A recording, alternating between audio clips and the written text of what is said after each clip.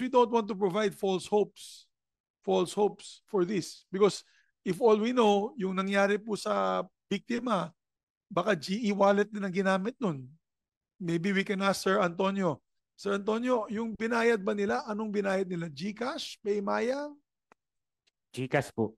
Ayun, GCash. So let's make sure we don't provide false hope. Be clear with your instruction of the BSP. Because what ultimately we want is de-link. Hindi talaga sila makabayad. Tama si Chairman Al, kung gusto nila pumunta sa pay station, pumunta sila sa pay station or some sort of novel idea like what you do with betting stations in horse racing and even in Sabong now they do betting stations. But right now let's put this in proper perspective. You have taken gambling home. You no longer go to the casino to gamble. You have brought it to your home. Sa loob ng banyo habang natutulog yung pamilya, naglalaro ng online gambling ang anak, ang tatay, ang nanay.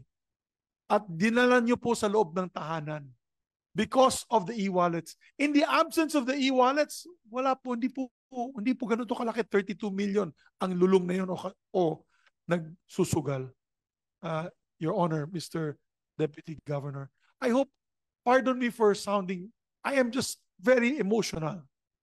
Because people in my district, all the way in Bukidnon, are gambling addicts because of these Sanamagan online gambling operators. How dare they go to these places and enter the homes of these families? And they're killing people and making them into criminals, even police officers. Nandito si General. Police officers. Nag-hold up. Namamaril ng tao. Forbida, pesting yawa. Okay. We should really fix that, Your Honor, Mr. Chairman. We have to work this out and make this right.